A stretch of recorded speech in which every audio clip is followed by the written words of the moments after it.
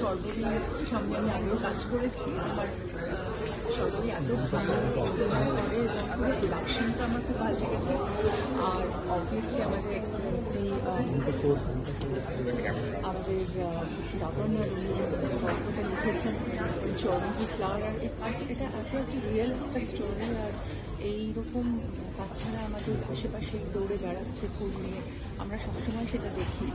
এবং প্রোডাকশন পলিশটাও খুব ভালো লেগেছে।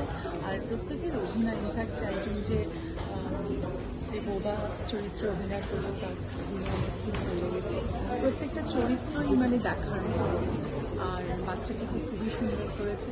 আর it's a very good production, আমার খুব ভালো লাগলো। এবং আমার একটা কথা যেটা উনি বললেন, এটা খুব ভালো লাগলো যে উনি কেরালায় ফিরে যেতে চান না, এখানে থাকতে চান। এবং বাংলা ভাষা মানুষরা ওনাকে এত আপন করেছে ওনার লিটারেচার দিয়ে।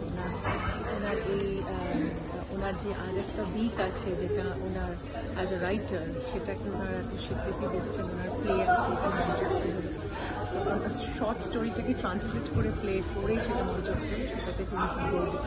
শুনে খুব ভালো লাগলো যে আমাদের কলকাতার এই ঐতিহ্য, এই ভালোবাসা আর্টের প্রতি এটা আছে। আর আমি একটু মিস করেছি, আমি একটু পরে ঢুকেছি। আমার অলরেডি একটা ছবি রিলিজ হয়েছে গুড বাই মাউন্টেন, সেটা প্রমোশন চলছিল।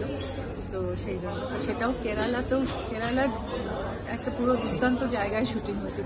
তাই বলছিলাম ওনাকে আমি যে কেরালা জায়গাটা এত সুন্দর। তো আজকে পুরো সবকিছু মিলে it's a very nice experience. অনেকদিন পরে একটা প্লে দেখলাম। Thank you.